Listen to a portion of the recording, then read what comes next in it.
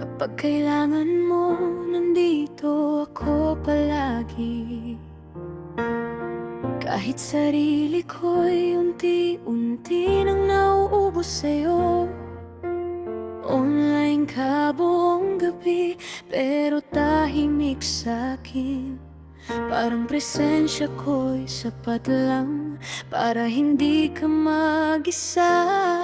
Kapag tumatawag ako, lagi kang pagod. Pero kapag wala ako, parang kaya mo namang buo. Doon ko naisip, may mali na sa pag-ibig na ako lang ang kumakapit pa. Mahalaga lang ako, pero hindi mahal. Nandyan kapag convenient, nawawala kapag totoo na ang laban. Pinipili ka araw-araw kahit hindi mo ako pinipili.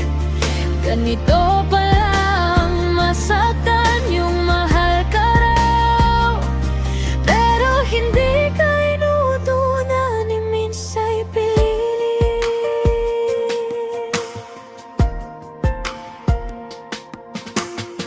Tahimik ka kapag tayo'y may problema,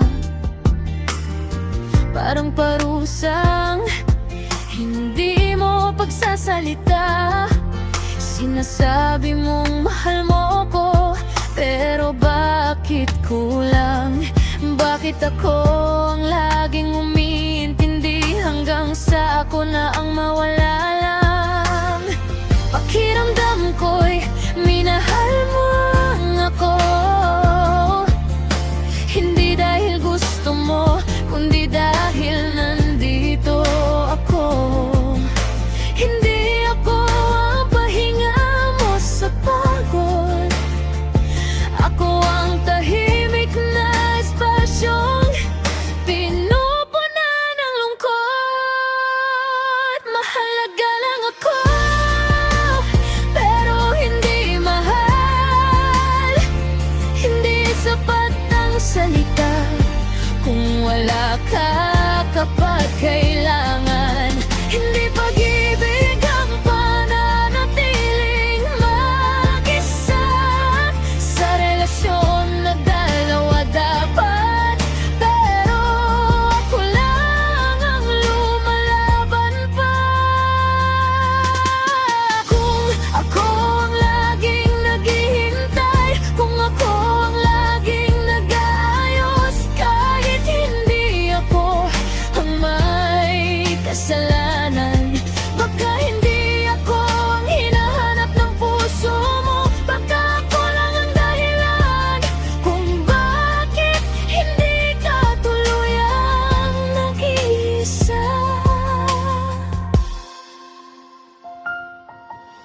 Hindi mo kailangang magpaalam, sanay na akong maiwan sa gitna ng katahimikan. Mas masakit ang manatili kapag alam mong mahalaga ka lang, pero hindi ka mahal bilang pili.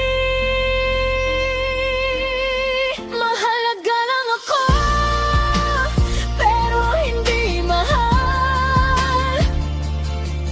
At ngayon ko na tinatanggap ang katotohanan na may pag-ibig na hindi sapat ang pagtitiis.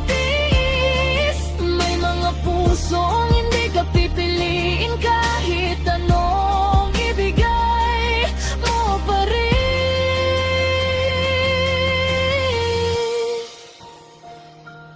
Kung sakaling hanapin mo ang alaala ko, sana maalala mong may nagmahal sa'yo ng buo. At kung matutunan mong magmahal ulit, sana piliin mo na hindi